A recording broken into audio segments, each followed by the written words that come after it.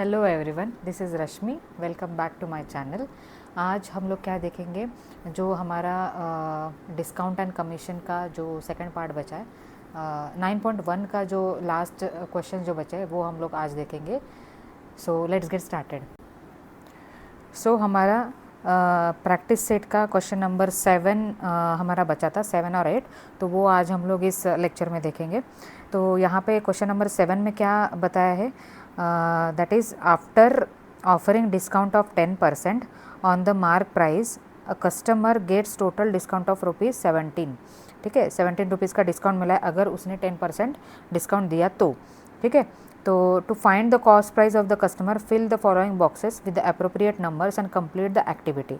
ठीक है, तो यहाँ पे जो है ये सॉल्यूशन भी आपको दिया है, बस आपको क्या करना है कि ये जो फिल इन द ब्लैंक्स जो दिए हैं वो आपको अच्छे से फिल करना है, मतलब करेक्ट फिल करना है। तो यहाँ पे अभी देखते हैं वन बाय वन की फर्स्ट लाइन में क्या दिया है कि यहाँ पे इन्होंने क्या किया है, यहाँ से ये सॉल्यूशन स्टार्ट होता है। ठीक है, तो सॉल्यूशन में यहाँ पे फर्स्ट दिया है कि सपोज, उन्होंने ये बोला है कि suppose the mark price of the item is 100 rupees. ठीक है, तो उन्होंने क्या किया, एक स्टैंडर्ड वैल्यू कंसिडर किया कि मार्क प्राइस क्या है, 100 रुपीज़ है। तो उसके बाद में उन्होंने क्या बोला है, so therefore for the customer that item cost. ठीक है, तो अभी जो है हमारे क्वेश्चन में क्या दिया है कि मार्क प्राइस पे क्या दिया है, 10% डिस्काउंट दिया है। ठीक है, तो 10% डिस्काउंट दिया मतलब क्या होगा, अगर 100 रुपीज़ उन्होंने मार्क प्राइस कंसिडर किया है तो 100 रुपीज़ का हमको क्या करना पड़ेगा, 10% डिस्काउंट निकालना पड़ेगा। तो वही है कि for customer that item cost, मतलब कस्टमर को वो कितने में मिला। तो यहाँ पे जो है ये 2 बॉक्सेस दिए हैं और उसके बाद लिखा है 90 रुपीज़। तो मतलब क्या है कि कस्टमर को 90 रुपीज़ मिला है, लेकिन ये जो बॉक्सेस है उसमें क्या वैल्यू आएगी। ठीक है, तो वो वैल्यू कहाँ से मिलेगी हमको, यहाँ पे जो ऊपर जो दिया है मार्क प्राइस 100 रुपीज़, तो उससे ही वो मिलेगी। ठीक है, तो हम लोग क्या करेंगे फिर, यहाँ पे थोड़ा रफ वर्क जो है वो भी दिखा सकते हैं हम लोग। यहाँ पे सॉल्यूशन आएगा। ठीक है, तो यहाँ पे लिखा है इफ़ मार्क्ड प्राइस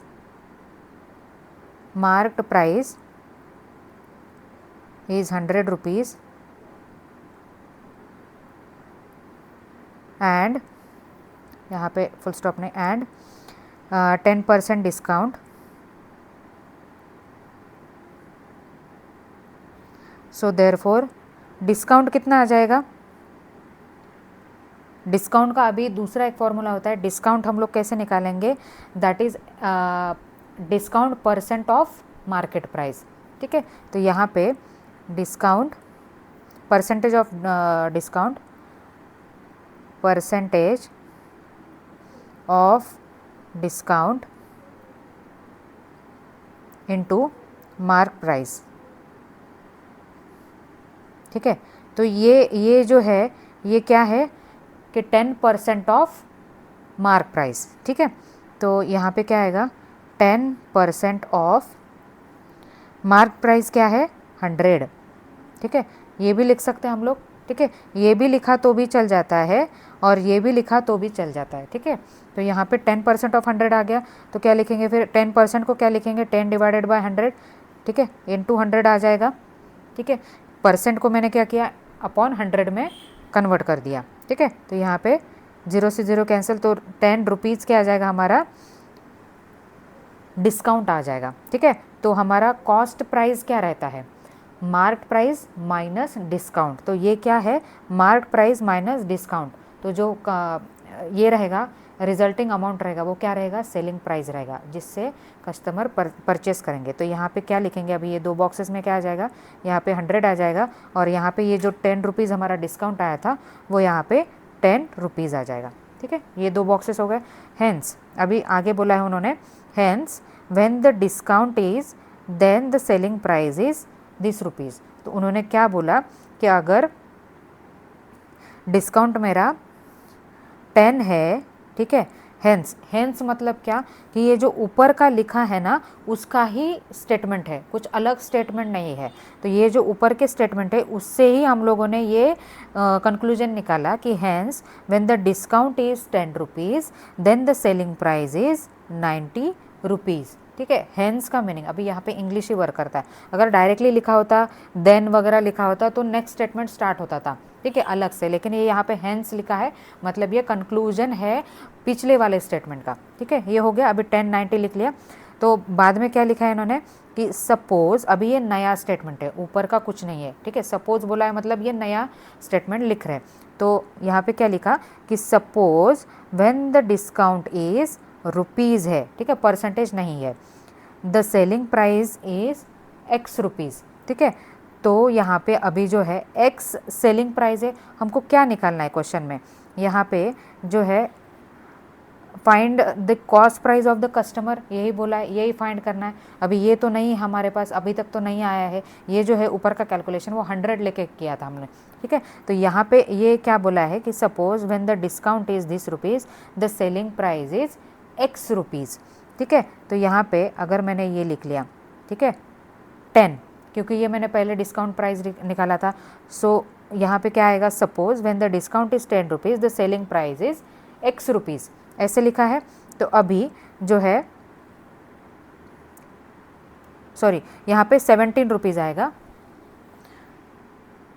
तो यहाँ पे क्या आ जाएगा, 17 रुपीज़ आएगा। क्यों 17 रुपीज़ आएगा, क्योंकि यहाँ पे हमको दिया है कि 10% की वैल्यू क्या है, 17 रुपीज़ है। ठीक है, तो यहाँ से नया स्टेटमेंट क्या क्रिएट हो रहा है हमारा कि when the discount is 17 rupees the selling price is x rupees. ठीक है, अभी ये ऊपर का जो था वो था 10 रुपीज़ और 90 रुपीज़।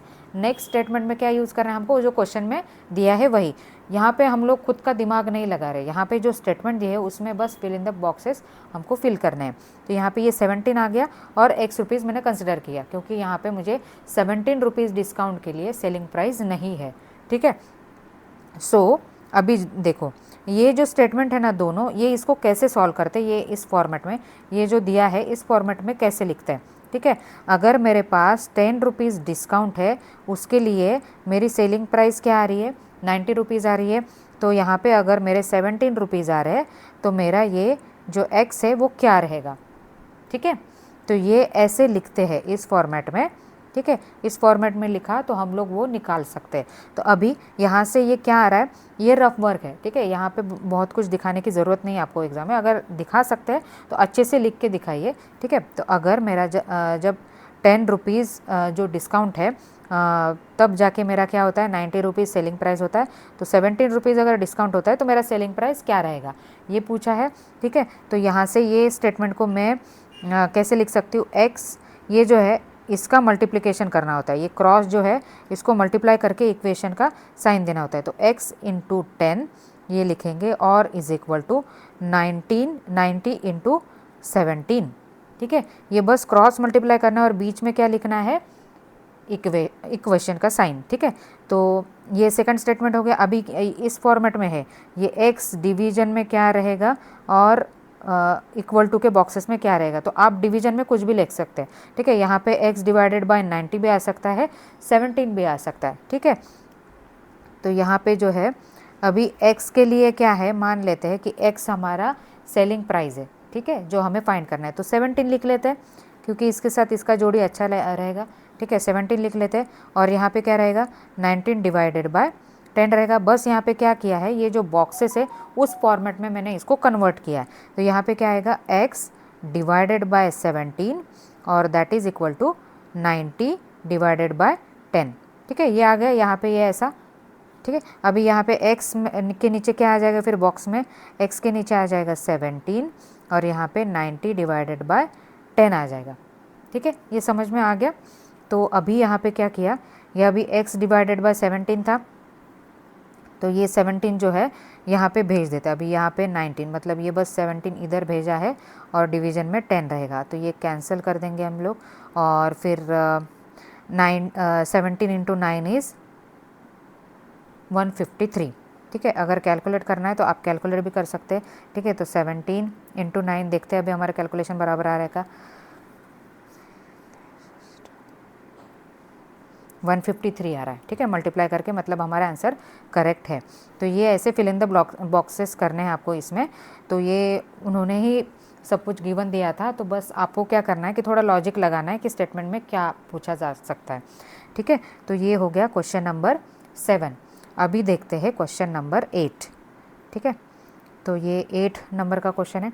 तो इसमें बोला है आपको, ठीक है। Shopkeeper decides to sell certain item at a certain price, ठीक है। एक शॉपकीपर है, ठीक है। तो शॉपकीपर कौन सा होता है? जो शॉप में जो संभालता है, शॉप को जो संभालता है, मतलब संभालने वाला मतलब क्या? दुकानदार, ठीक है। जिसके पास हम लोग क्या खरीदने के लिए जाते हैं, जो फर्स्ट कस्टमर, जो फर्स्ट आदमी रहता है, जो हमको फेस करता है कि आपको क्या चाहिए, ठीक है। तो वो क्या हो गया? हमारा शॉपकीपर हो गया। तो उसने क्या डिसाइड किया कि शॉपकीपर डिसाइड्स, या फिर शॉप में जाने के बाद तो उनके नौकर भी रहते हैं, ठीक है। जो बिल वगैरह लेता है, जो मालिक रहता है शॉप का, वो शॉपकीपर, ठीक है। और shopkeeper decides to sell certain items at certain price, ठीक है। एक शॉपकीपर ने क्या किया कि जो उसके पास प्रोडक्ट है वो क्या किया? एट सर्टन प्राइस उसको बेचना है, ये बोलना चाहते हैं। He tags the price on the item by increasing the decided price by 25%, ठीक है। उसने क्या किया? एक टैग प्राइस उसने डिसाइड कर ली थी कि ये जो रहेगी, मान लेते हैं 100 है, ठीक है। तो 100 प्राइस उसने टैग की थी। तो उसने क्या किया कि उसने डिसाइड किया कि इसको भी 10% से या 25% से मैं बढ़ाता हूँ, ठीक है। और फिर उसने टैग की क्या की? प्राइस बढ़ा के 25% से इंक्रीज़ की, ठीक है। 25% से इंक्रीज़ की, ठीक है, ऐसा बोला है। तो उसने क्या किया फिर? While selling the item he offers 20% discount. तो उसने क्या किया फिर? बेचते टाइम 20% डिस्काउंट दिया, ठीक है, ऐसा किया। तो यहाँ पे क्या बोला है कि find how many more or less percent he gets on decided price, ठीक है। तो अभी इस क्वेश्चन में क्या दिया है कि उसने एक प्रोडक्ट लिया, उसकी कुछ प्राइस डिसाइड की होगी पहले से ही, ठीक है। मान लेते हैं ये पेन है, तो ये पेन की प्राइस थी 100 रुपीज़, ठीक है। फिर उसने क्या किया कि उसको लगा कि अभी मैं कस्टमर को डिस्काउंट देता हूँ, तो वो क्या करेगा? पहले से उसकी प्राइस बढ़ा के रखेगा। तो मान लेते हैं इसके अगर 25% बढ़ा ली, ठीक है, तो इसकी वैल्यू क्या हो जाएगी? 125 हो जाएगी। 25% मैंने ऐसे ही ओरली बताया आपको कि 125 हो जाएगी। क्या किया उसने? 20% इंक्रीज़ किया। तो 20% से इंक्रीज़ किया, 125 उसने डिसाइड की कि इसकी मैं प्राइस क्या रखूँगा? 125 रखूँगा। मतलब मैं कस्टमर को बताऊँगा कि इसकी प्राइस है 125 रुपीज़। फिर बाद में उसने क्या किया कि चलो अभी 125 डिसाइड किया, अभी कस्टमर को बोलता हूँ कि मैं इसको डिस्काउंट में दे रहा हूँ आपको 20% से। मतलब वो जो 125 रुपीज़ का था, वो 20% माइनस करके जो वैल्यू रहेगा वो क्या रहेगा? Selling price. मतलब वो कस्टमर उस प्राइस पे वो लेगा, खरीदेगा। तो ये है आपका क्वेश्चन। तो उन्होंने क्या पूछा है कि ये जो 25% इंक्रीज़ करके 20% डिस्काउंट देके जो फाइनल अमाउंट आएगा वो हमारा एक्चुअल प्राइस से कितना ज़्यादा और कम रहेगा। मतलब जो फाइनल वैल्यू रहेगा वो कुछ ज़्यादा भी हो सकता है या फिर कम भी हो सकता है। इनिशियल वैल्यू क्या था? 100 था। तो ये जब 25 और 20% जब निकाले हम लोगों ने, और जब फाइनल वैल्यू आएगी तो वो 100 से ज़्यादा रहेगी या कम रहेगी। मतलब शॉपकीपर को फ़ायदा होगा या लॉस होगा, ठीक है। तो ये अभी क्वेश्चन देखते हैं। तो यहाँ पे अभी हमको ना कुछ भी वैल्यू दिया नहीं है, तो परसेंटेज हम किस बेसिस पे निकालेंगे? किसका परसेंटेज निकालेंगे? परसेंटेज से कुछ क्वेश्चन तो सॉल्व नहीं होगा। एक बेसिक जो है वैल्यू रखना पड़ेगा हमको, ठीक है। तो सपोज कर लेते कि 100 रुपीज़ एक प्रोडक्ट की जो उसने कंसिडर किया कि 100 रुपीज़ जो डिसाइडेड प्राइस है वो, ठीक है। तो 100 को लेके हम लोग कैलकुलेट करेंगे, ठीक है। तो यहाँ पे अभी सॉल्यूशन में लिखते हैं, सपोज डिसाइडेड प्राइस इज़ ₹100, ठीक है। या 100 रुपीज़ मैंने कंसिडर किया, ठीक है। सो अभी क्या है, उसने क्या किया कि 25% से इंक्रीज़ किया। तो सो देयरफॉर क्या अभी जो ये है, सो देयरफॉर टैग,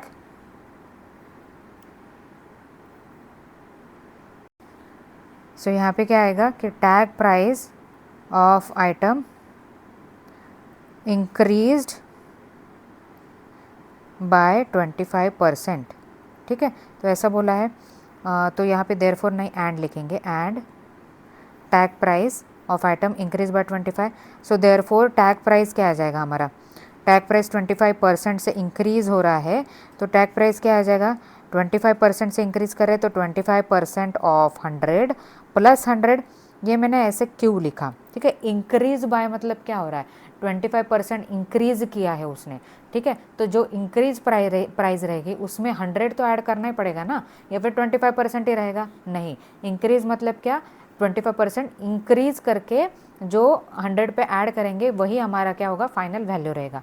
तो अभी 25% ऑफ 100 क्या लिख सकते हैं हम लोग, 25 डिवाइडेड बाय 100 इंटू 100 प्लस 100, ठीक है। तो अभी ये 0 से 0 कैंसिल हो जाएगा। मल्टीप्लिकेशन में ही हम लोग ये कर सकते हैं, एडिशन वाले 0 कैंसिल नहीं करने। तो यहाँ पे फाइनल क्या आ जाएगा, 25 प्लस 100, तो क्या आ जाएगा हमारा 125 रुपीज़। तो ये क्या आ गई हमारी फाइनल, ये जो थी ये टैग प्राइस ही आ गई, ठीक है। तो टैग प्राइस अभी हमारी आ गई 125 रुपीज़। अभी बाद में उसने क्या दिया है कि उसने 20% क्या दिया, डिस्काउंट दिया, ठीक है। So therefore price after offering 20% discount, ठीक है। तो अभी जो है 20% डिस्काउंट देने के बाद क्या प्राइस रहेगी, ठीक है। तो यहाँ पे क्या है, प्राइस आफ्टर ऑफरिंग 20% डिस्काउंट। तो ये कैसे आएगा कि अभी डिस्काउंट निकालना पड़ेगा हमको, ठीक है। तो डिस्काउंट का फॉर्मूला आपको मालूम है, ये क्या निकालना है हमको, डिस्काउंट रुपीज़ में निकालना है, ठीक है। तो डिस्काउंट एक्चुअल में निकलता कैसे है, वो जो परसेंटेज रहता ऑफ मार्केट प्राइस, ठीक है, या फिर mark price, market price, mark price रहेगा, ठीक है। तो यहाँ पे मार्क प्राइस क्या है हमारा 125, जो फाइनल ये शॉपकीपर ने डिसाइड किया कि मुझे ये 125 टैग प्राइस में दिखाना है, उस पर ही मैं डिस्काउंट दिखाऊंगा, ठीक है। तो जो मार्क प्राइस रहेगा वो ये 125 रहेगा, ठीक है। तो अभी हम लोग क्या लिख सकते हैं, 20% ऑफ 125 लिख सकती हूँ मैं।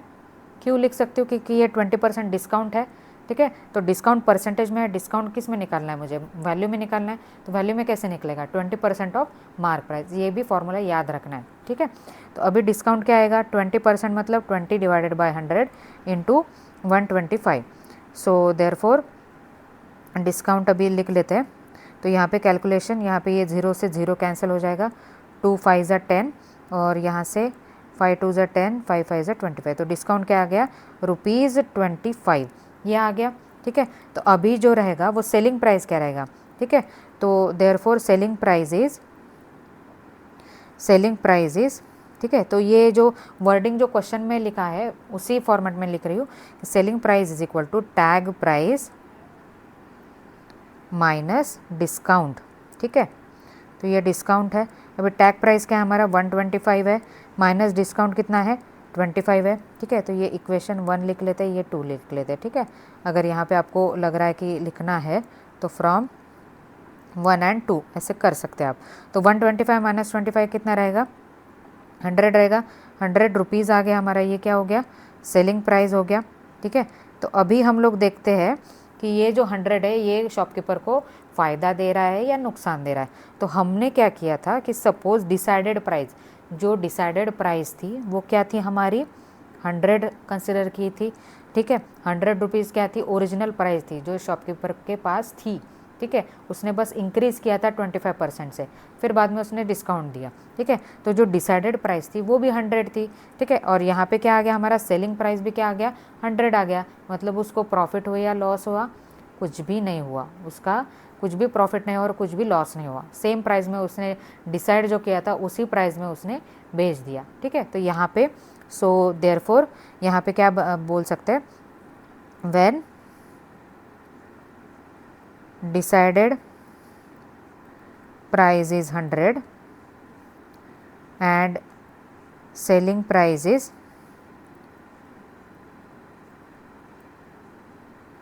then there is, क्या लिखा है यहाँ पे, क्या पूछा आपको, क्या there is